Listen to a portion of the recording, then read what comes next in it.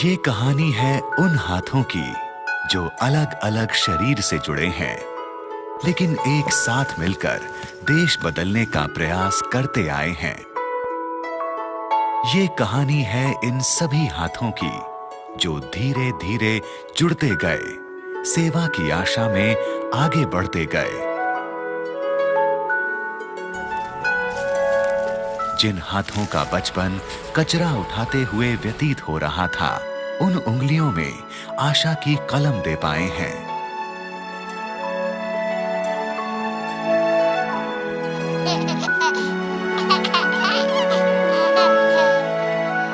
जिन नन्हे हाथों को मां का आंचल ना मिला, उन बच्चों को बाहों में लेकर स्नेह की छाया दे पाए हैं। जो हाथ कुष्ठ रोग से गल रहे थे, उन उंगलियों को मानवता का स्पर्श दे पाए हैं। जो हाथ पानी पर लकीरें खींचते आए, बरसों से आधा जीवन कश्तियों में बिताते आए, उन हाथों को जीविका का अधिकारी बना पाए हैं। आज तक जो हाथ सिर्फ रोटियां सेका करते थे, जिन्हें बस घर के कामों में ही सक्षम माना जाता था, उन सभी हाथों को शक्ति, प्रतिभा और आत्मविश्वास दे पाए हैं। आज वही हाथ घर के मुखिया बन पाए हैं। जो हाथ अस्पताल की चार दीवारी में उपचार किया करते थे, उन हाथों का उपचार सुदूर स्थानों तक पहुंचा पाए हैं। भारत म्यांमार के सीमावर्ती जंगलों से लेकर राजस्थान के रेतीले बंजरों के डेरे तक, हिमालय की गोद में बसे टिमटिमाते बर्फीले इलाकों से हिंद महासागर को चूमते अनगिनत निश्चल गांव तक, ऐसे ही कई लाखों हाथ एकजुट होकर सेवा भारती बन गए हैं। देश के कोने कोने में निशब्द और निस्वार्थ ही सेवा करते आए हैं। अपने राष्ट्र और उसके नागरिकों को आत्मनिर्भर बनाने की आशा से किया गया एक प्रयास, सेवा भारती, आज एक राष्ट्रव्यापी संस्था बन चुकी है।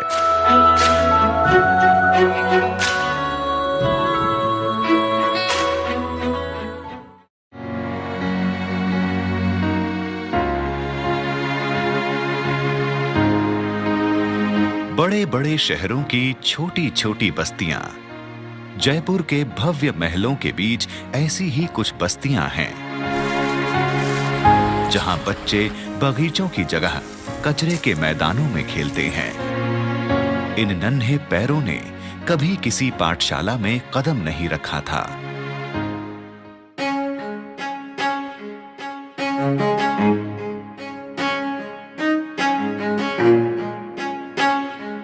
आज उम्मीदों की स्लेट लिए, सपनों को बस्ते में जमाकर, हौसलों की बेल्ट लगाकर, कमर कसकर अपने उज्जवल भविष्य की ओर चलते हुए एक अनोखी पाठशाला जा रहे हैं।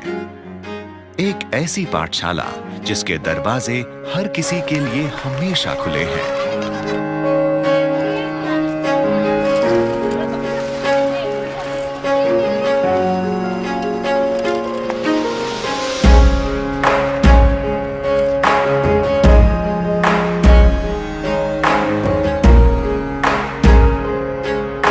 ये स्कूल जयपुर की संकरी गलियों में आपको कहीं भी मिल जाएगा। प्लस का इसका पक्षांतर हो जाए।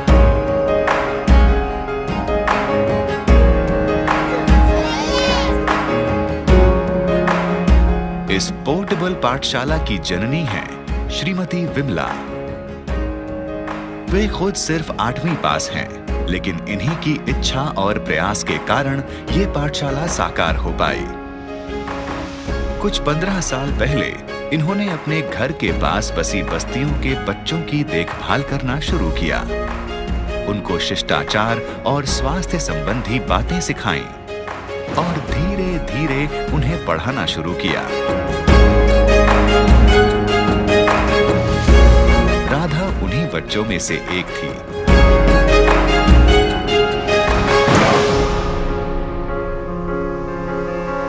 विमला जी ने इन सबको मां की तरह स्नेह और अनुशासन के साथ अपने घर में जगह दी।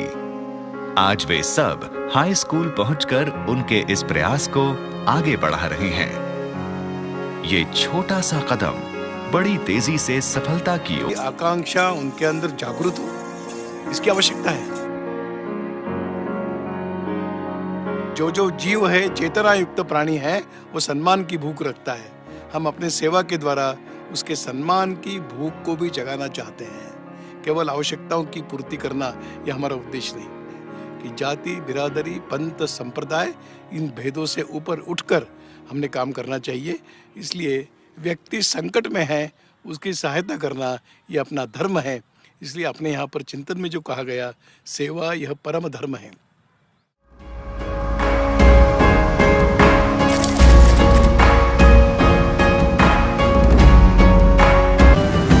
कितनी भी चोट लगे या फिर कितनी ही निराशा हो, ये समंदर का दामन नहीं छोड़ते और ना ही समंदर इनका।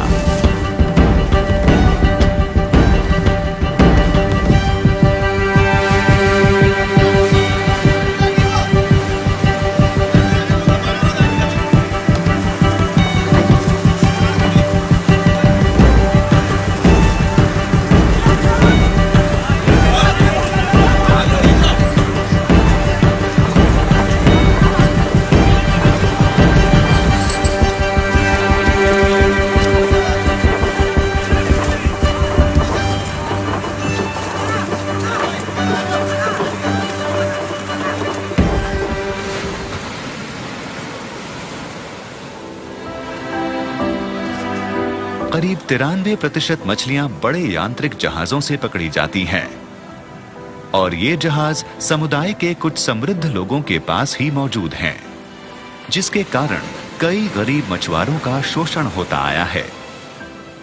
सेवा भारती ने सामूहिक यांत्रिक जहाजों का इंतजाम किया, जिसमें मछुआरों के अनेक समूह बराबर के हिस्सेदार बन पाए।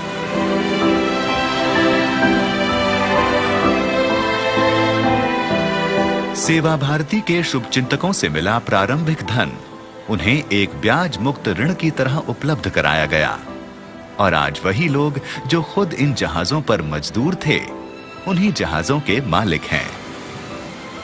केरला के एक छोटे से गांव कन्नूर के ये मछुआरे खुद अपनी किस्मत के मालिक हैं और खुद अपनी कश्तियों के मालिक भी।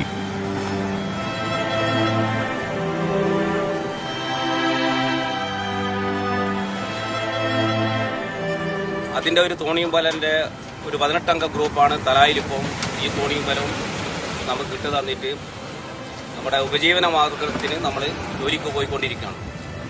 18, 20, 35, 40 ഗ്രൂപ്പ് വരുന്ന ഓരോ ഗ്രൂപ്പിലായിട്ട് സംഘടന തോണിയും പാലയും അനുവദിച്ചതാണ്. ഇതിൽ നമുക്ക് കാണുന്നൊരു മെച്ചം എന്ന് പറഞ്ഞാൽ ബാങ്ക് ലോൺ വഴി നമ്മളിപ്പം പൈസ ഇത്ര വലിയ തുക എടുത്തിട്ടുണ്ടെങ്കിൽ ജപ്തി നടപടി പോലത്തെ കാര്യങ്ങൾക്ക് ബാങ്ക് മുതിർന്നേക്കും. പക്ഷേ സംഘടനാ സംവിധാനം എന്നുള്ള നിലക്ക് അതിൽ നിന്ന് വളരെ ആശ്വാസകരമായിട്ടാണ് നമ്മൾ കടലിൽ പോയിട്ട് കിട്ടുന്ന ഒരു വിഹിതം സംഘടനക്ക് തിരിച്ചേൽപ്പിക്കുക.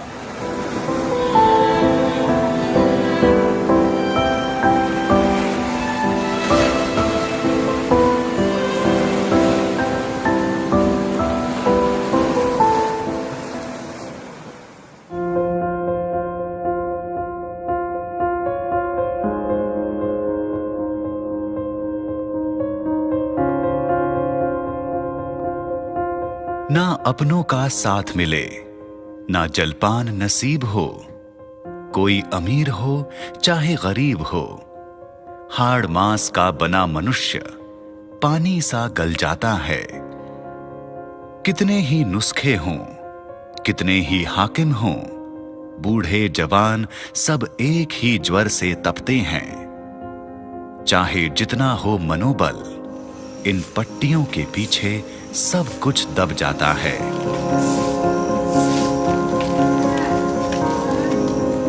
कुष्ठ रोग एक ऐसा रोग है जिससे शरीर के साथ साथ अंतर्मन भी गलने लगता है। दुनिया में सबसे बड़ी बीमारी कुष्ठ रोग या टीबी नहीं है, बल्कि एक इंसान को अनवांछित उपेक्षित छोड़ दिया जाने का एहसास है। चांपा छत्तीसगढ़ में स्थापित भारतीय कुष्ठ निवारक संघ एक ऐसी ही मिसाल है जहां सही मायने में कुष्ठ रोग को हरा दिया गया है। BKNS के मार्गदर्शक श्री कात्रे खुद एक कुष्ठ रोगी थे, जिन्होंने अपनी और अपने जैसे कई और रोगियों की लाचार परिस्थिति को अपनाने से इनकार कर दिया। अपनी लगन और मेहनत से कुष्ठ रोगियों के लिए इस संस्था को स्थापित किया।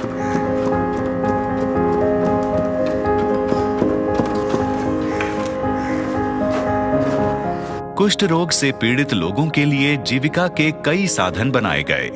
खेती-बाड़ी, चटाई बनाना, चौक की फैक्ट्री। हर व्यक्ति आत्मविश्वास और आत्मसम्मान से जीवन जीता है। सुशील बाल गृह इनके बच्चों के लिए शिक्षा और पालन पोषण की सुविधाएं उपलब्ध कराता है।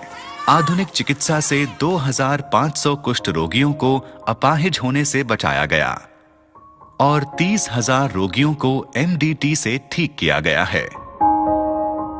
शायद विश्व की एकमात्र संस्था होगी जो एक कुष्ठ रोगी ने कुष्ठ रोगियों के लिए प्रारंभ की। दो बातों से कुष्ठ रोगी बहुत त्रस्त है। एक तो जिसको भिक्षाटन नहीं करना है, तब भी मजबूरी में भिक्षा करना है क्योंकि पेट चलाना है, पर ये स्वाभिमान शून्यता है, ये भी वो अनुभव करता था, पर जाए कहाँ, उसके लिए स्थान कौन सा है। दूसरी बात जो थी कि उसको हमेशा चिंता सताती थी कि जब ये शरीर शांत होगा उसके साथ कैसा व्यवहार होगा। तो कात्रे जी ने सोचा कि अगर कुष्ठ रोगी को इन दो बातों से मुक्त करा दिया जाए कि वो एक स्वाभिमान जीवन जिए, भिक्षावृत्ति से परावृत हो, और दूसरा ये संसार छोड़ते समय निश्चितता संसार छोड़े कि अपनी व्यवस्था होगी।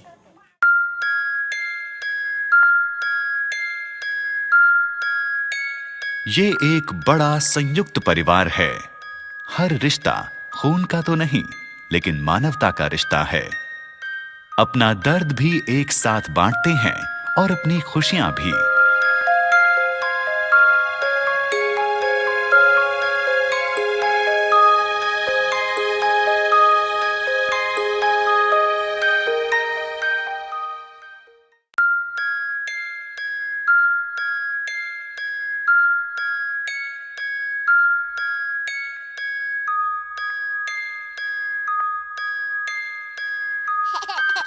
जो हमें इस संसार में लेकर आती है, आंखें खोलते ही जिसका चेहरा हम सबसे पहले देखते हैं, जिसके स्पर्श से हम चैन की नींद सोते हैं, जिन हाथों को पकड़कर हम अपना पहला कदम लेते हैं।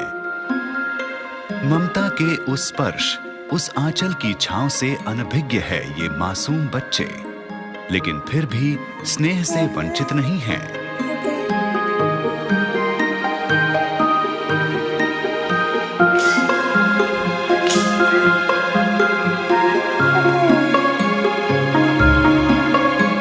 ये दो बच्चियां जो हैं, दोनों बच्चियां जुड़वा हैं, जो कि राजनांदगांव के पास में एक डोंगरगढ़ करके स्थान है, वहाँ पर इन्हें झाड़ियों में कहीं छोड़ दिया गया था। इन्हीं परिस्थितियों से बचाने के लिए ये बाल गृह स्थापित किया गया है। ये संस्था अपने नाम को बखूबी निभाती है, मातृ छाया। क्योंकि बहुत बार ऐसा होता है कि कचरे में या रेत में या नालियों में डाल देते हैं बच्चे, तो उससे क्या है, उनको इन्फेक्शन शुरू हो जाता है और हम लोगों के लाते तक बच्चे को बहुत ज़्यादा इन्फेक्शन होने लगता है। तो यदि किसी को डालना ही है तो वो हमारे मातृ छाया के झूले में सही जगह पे डालें, ताकि हम उसको इमीडिएटली उसकी व्यवस्था कर सकें।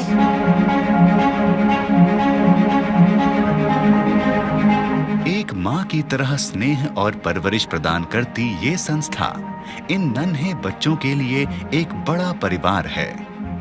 यहाँ नवजात शिशुओं से लेकर हर उम्र के बच्चों की परवरिश, शिक्षा आदि की देखभाल की जाती है। मातृ छाया इन बच्चों के लिए स्नेह और संस्कार से भरा एक घर है। साथ ही ये संस्था इन बच्चों के लिए योग्य परिवार की तलाश भी जारी रखती है। 15 जुलाई 2004 से लेकर के आज तक 228 बच्चों का यहाँ पर आगमन हुआ है और लगभग मान के चलिए कि 160 बच्चों को उनमें से एडॉप्शन में दिया जा चुका है, योग्य दंपतियों को, जो कि बच्चे का पालन पोषण करने के लिए सक्षम है।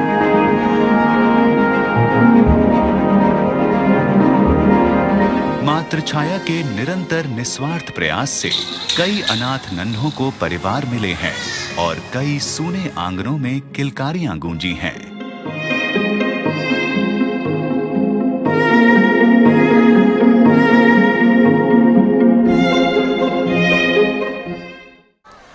கடன் கோரிக்கை திருமதி டி பகவதி அம்மா அவர்கள் நகை கடன் தீர்ப்பதற்காக ரூபாய் 50,000 கடன் கேட்டுள்ளார். தீர்மானம்: திருமதி டி பகவதி அம்மா அவர்களுக்கு கடன் கொடுப்பதற்கு உறுப்பினர்களால் ஒருமனதாக தீர்மானிக்கப்பட்டது. குழுவின் வரவு சேமிப்பு 4,000, வட்டி 4,151, சந்தா 200, இதர வரவு 180, மொத்த அசல் 25,250, இதர செலவு லோன் அடைப்பது 13,500 ரூபாய்.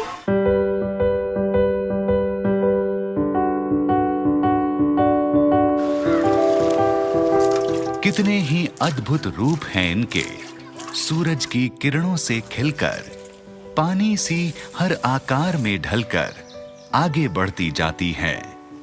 हर रूप में ये सर्वत्र मिल जाएंगी। मनोबल की मिसाल हैं सबके लिए, ममता की मूरत हर किसी के लिए।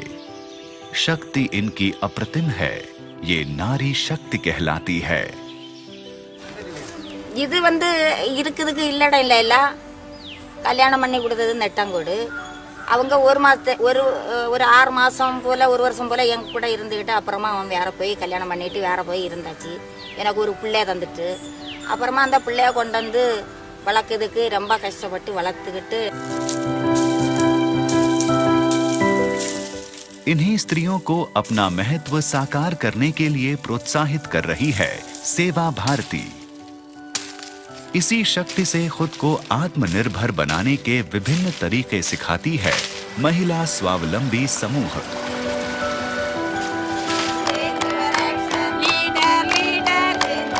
तमिलनाडु में सेवा भारती ने 1999 में महिला स्वावलंबी समूह की शुरुआत की और उन समूहों को रोजगार के अवसर और व्यावसायिक प्रशिक्षण उपलब्ध कराए। जिन औरतों को आर्थिक मदद की जरूरत थी उन्हें ब्याज मुक्त ऋण दिए गए। अपने आसपास आसानी से प्राप्त होने वाले साधनों से रोजगार की चीजें बनाने का प्रशिक्षण दिया गया। நாங்க 20 பேர் லோன் எடுத்து பங்குச்சு எடுத்துக்கிட்டு அப்புறமா நாங்க மாசம் தோறும் பிரிச்சு லோன் கட்டி அப்படி ஒரு தொழில் இப்படி வேலையில செய்து வாலியால முடங்கி எடுத்து ஒரு தொழிலால செய்து. எழுத்து விவரம் தெரியாம இருந்தா அப்போ குழுவில் உள்ள தலைவர் மாரோ சொன்னாங்க, சுசீலா நீ இப்படி கை ஒப்பு போடக்கூடாது, நீ சாக்குட்டி வச்சு எழுதி படிச்சுக்கிட்டு வா அப்படின்னு சொன்ன பிறகு என் மக என்ன செய்தா கையை பிடிச்சி எழுதி காட்டி தந்தா. அம்மா இப்படி எழுதுன்னு சொல்லி காட்டி தந்தா. அதுக்கப்புறம் 3 எழுத்து சுசீலா அப்படின்னு 3 எழுத்து எழுதி படிச்சு இப்போ சைன் வைப்பேன். புக்கில் எல்லா புக்கிலையும் சைன் வைப்பேன். அப்போ பேங்குக்கு போவேன்.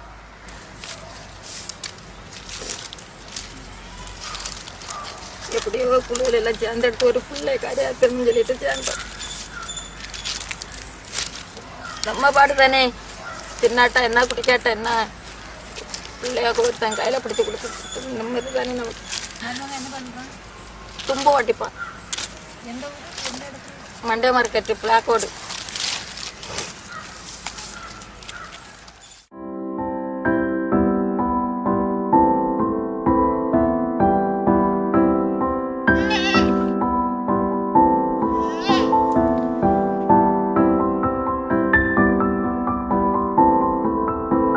हवाओं की सरसराहट से, पंछियों के चहचहाने से, सूखे पत्तों पे गिरती पानी की बूंदों से, तारों के टिमटिमाने से, झिंगुरों की सीटियों से प्रकृति हमसे बातें करती है। प्रकृति की ये बोली समझने वाला एक ऐसा ही इलाका है कंधमाल। कितने ही वर्षों से इन जंगलों में बीत रहा इनका जीवन प्राकृतिक जीवन शैली की मिसाल है। यहाँ के जनजाति चावल की खेती कर अपना गुजारा करते हैं, लेकिन चावल की फसल भी साल के कुछ ही महीने उनका साथ दे पाती है। बाकी बचे महीनों में ये जनजाति अपना पेट पालने के लिए संघर्ष करती रह जाती है। tahi gule ohyohi mana amila bodatini utpitamini tarbe melia date enga maya baru hingi aku go butakate kabe panangina oskite kabe pekjise kalutiki sia jibateru engi ana mila bodani podi bon pada tamu enga hingi na go pimanji kalu hingi jananga siteka mai medhangote mange sila bader gya teru aki besa tamki ye sa tamki enga masam supna।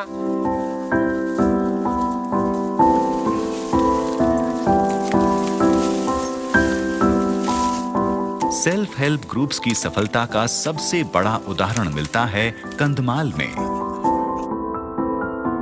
ये जनजाति आज पत्तल कारोबार की अधिकारी बन चुकी है। ये पूरा कारोबार यहाँ की महिलाओं द्वारा संचालित है।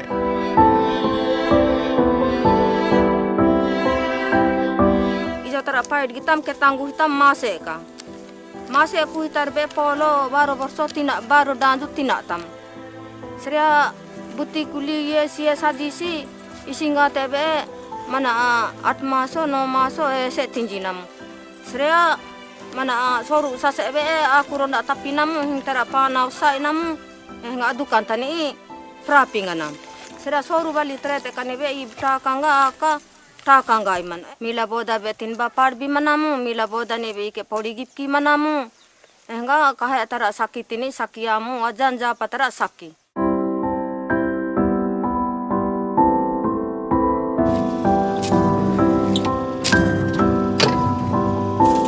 इस कारोबार के लिए मशीनों का प्रबंध और क्रय विक्रय सेवा भारती द्वारा किया जाता है। बहुतायत में उपलब्ध प्राकृतिक साधनों से बनाए गए उत्पाद, उनसे कमाया गया मुनाफा इस जनजाति में आत्मविश्वास और स्थायी विकास लेकर आया है।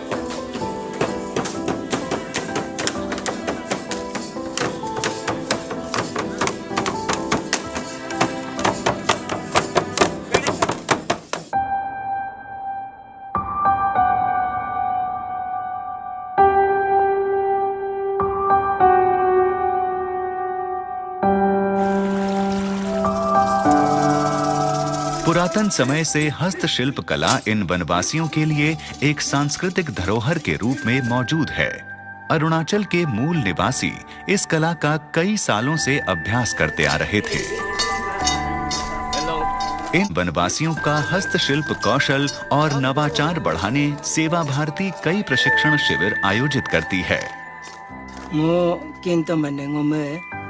सेवा भारती ईटानगर वालों turning inom yam lango antai enna belongo bum ko bum pimanga idok ngok yenam bagde wak yenam ingo super set ati ai deka kede mo inom hitoka idola hemgo ngok a min ko lok ngo man hemgo bona hidong ko nenok ngo arigana midong idokom arigana doka idol ngomul ko poisa pangko kamangai inam lega hemgo a ilong mu hilang kula ai ka ilok hok bango dolang kom ye mu lang hemme atau bonai to।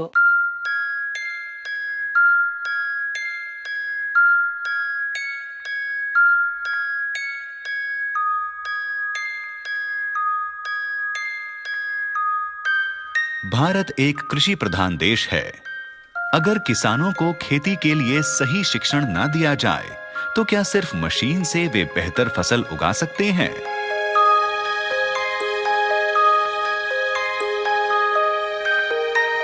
गो ग्राम स्वावलंबन संस्थान बीकानेर राजस्थान में सेवा भारती के द्वारा कृषि क्षेत्र में organic कार्य प्रणाली में जागरूकता उत्पन्न कर रही है। इस कार्य प्रणाली में किसी भी तरह के केमिकल खाद या जहरीले कीटनाशकों का उपयोग नहीं किया जाता। खेती बाड़ी में काम आने वाली हर चीज 100% प्राकृतिक होती है। मैंने तो साहब आया यूँ समूह बनाया, मैंने बताया राय बताई कि आप खेती इस तरीके क्यों करो जके आप पनप जाओला जने में एक आई है कि वो एक समूह बनाए जिके में बीज तैयार करियो और खाद गऊ मूत्र गोबर खेतों में लार नौकी और मलसिंग करी नो खेतों पल्ले कहीं को पड़ी नहीं 100 बीघा 50 बीघा में मतलब बीघो 5 किलो उतर दो या 10 किला यूं बेसी बीघो मार धान छोड़ तो अब जब मैं आप मेहनत कर और खेत में खाद होता रहे जके टाइम माने बीघो मतलब 80 किलो छोड़े 8 या कुंटल रे पास हो जावे 1 बीघे में 1 कुंटल अनाज हो जावे गोबर ने और गऊ मूत्र जी की खाद है बटो बार करी और ला रखे खेत में नौ घर बीरे मलसिंग कर लो मलसिंग करने के बाद उरे ताकत हो बाजरी बटो हर प्रांत, हर क्षेत्र में, हर भूभाग में ये ऑर्गेनिक फार्मिंग टेक्निक्स बहुतायत फल देने में सक्षम हैं। भले ही वो राजस्थान की रेतीली जमीन हो या फिर दक्षिण भारत की फलती फूलती वादियां हों।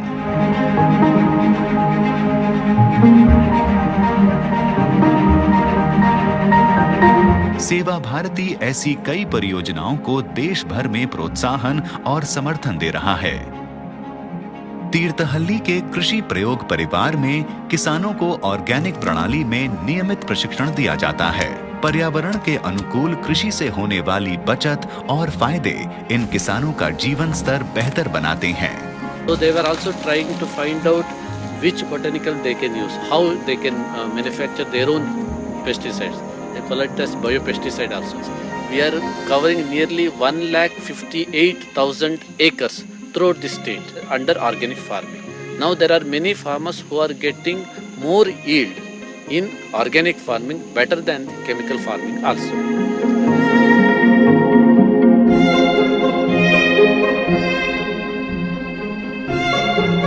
ಸಾವಯವ ಕೃಷಿ ಅಂದವಾಗ ಈ ಥರದ್ದೆಲ್ಲ ಇರುತ್ತೆ ಪ್ರಕೃತಿದತ್ತವಾಗಿ ಏನೇನು ಇಲ್ಲ ಅಂತವತ್ತು ಇಲ್ಲ ಹಾವಿದೆ ಏಡಿದೆ ಕಪ್ಪೆ ಹಾವು ಮುಂಗ್ಸಿ ಎಲ್ಲ ನಮ್ಮ ಜೊತೆಗಿದ್ದಾವೆ ಯಾವ ನಾಶ ಇಲ್ಲ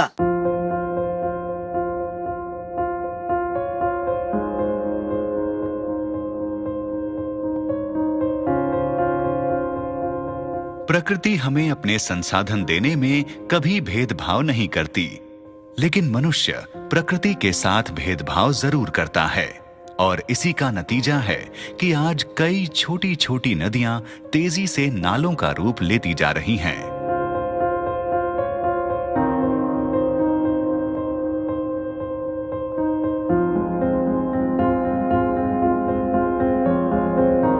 राष्ट्रीय सेवा भारती ने ऐसी ही सामाजिक जरूरतों के लिए लोक भारती संस्था की स्थापना की है।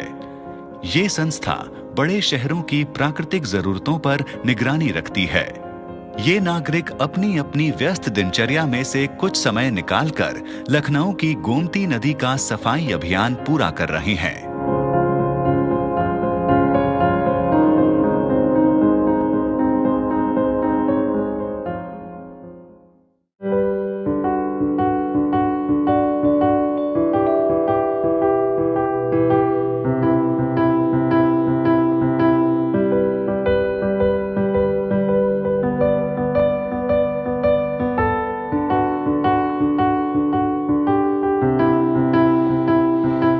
याच रस्त्यानं ज्यावेळेस आपण आता चाललो आहे या ठिकाणी पण अनेक वेळेस बॉम्ब ब्लास्ट झालेले आहेत आणि हा रस्तासुद्धा एक मोठ्या मुश्किलीनं BROनं बॉर्डर रोड ऑर्गनायझेशननं बांधला आहे।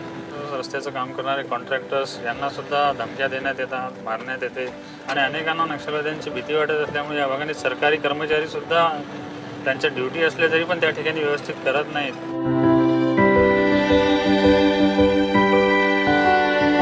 इस देश में कई इलाके ऐसे हैं जहां विकास तो दूर मूलभूत स्वास्थ्य व्यवस्थाएं भी उपलब्ध नहीं हैं। गढ़चिरौली एक नक्सली इलाका है। यहाँ वास्तव में मरीज मामूली से बुखार के लिए मीलों की दूरी तय कर चिकित्सा तक पहुंच पाते हैं।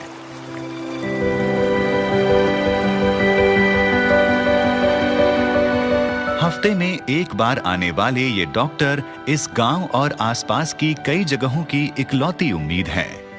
ऐसी परिस्थितियों में जब डॉक्टर उपलब्ध न हो तो हर कोई बीमारी से अकेले लड़ने के लिए निसहाय रह जाता है।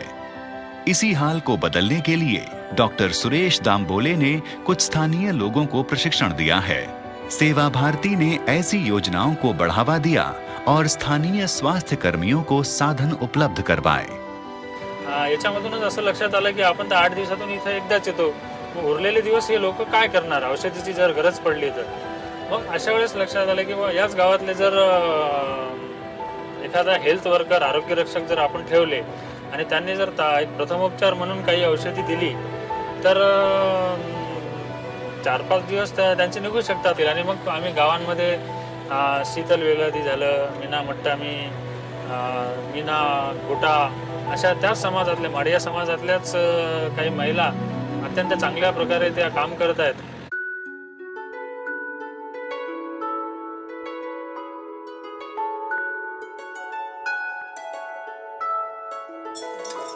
देश के उत्तर पूर्वीय कोने में बसी 7 बहनें, जितनी प्राकृतिक खूबसूरती यहां देखने को मिलती है, उतनी प्रगति नहीं पाई जाती। विभिन्न सरकारों की लापरवाही के चलते देश के इस कोने में कई कारणों से मूलभूत व्यवस्थाएं भी स्थापित नहीं हो पाई हैं।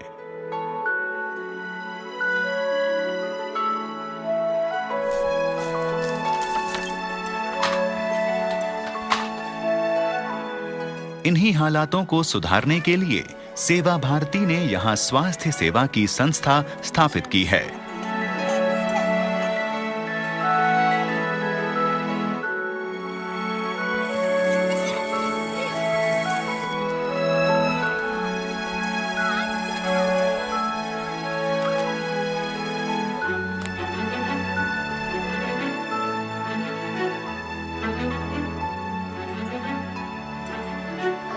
साबोनजों मोजाङै सुनांगौ आखाइखौ, ओमफ्राय जानाय आदारखौ जों जाबासो बे मैलाया गैया।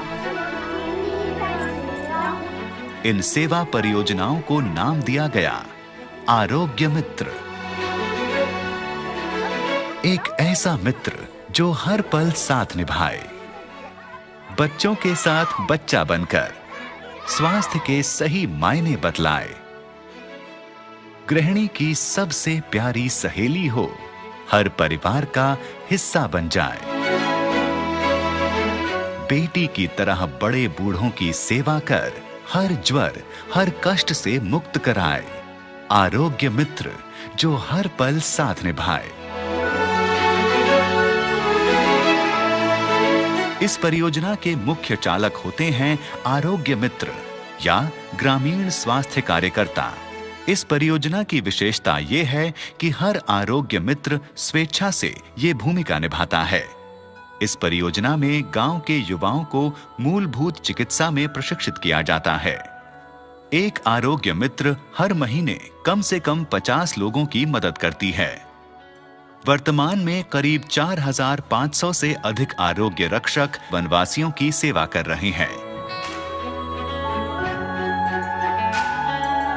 जोंहा बिनिफ्राय हस्पिटालाव लांनांगौब्ला जोङो 7 किल'मिटार 7 किल'मिटार लांनांगौ जायो आरो गसाइगावसो दालाय हस्पिटालाथ' आरो बिनिफ्राय जोङो बेसिम लांनांगौबा जोंहाथ' बहुत गोबां खस्थ' मोनो नालाय बे खस्थ'नि गेजेराव आङो बेखायनो बे गामियाव एसे एनै बेमारि दङ दा बेखौनो आं एसे एनै नायो आरोखि।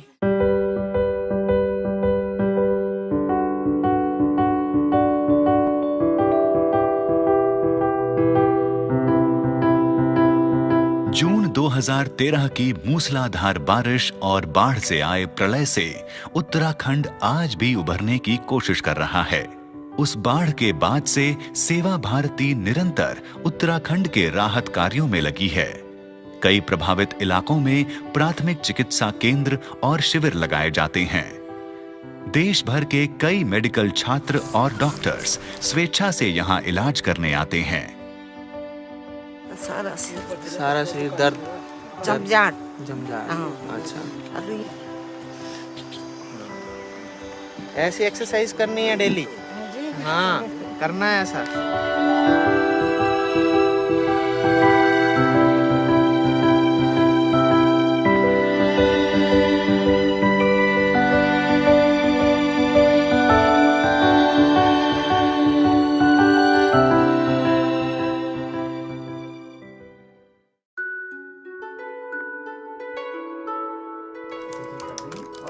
सेवा भारती की अनगिनत संस्थाएं एक सर्वशक्तिमान कवच की तरह हर जरूरतमंद तक पहुंचने का प्रयास करती हैं। आज करीब 1,60,000 गतिविधियों से बने संजाल से सेवा भारती जीवन के हर पहलू को छूती हुई और भी विस्तृत होती जा रही है।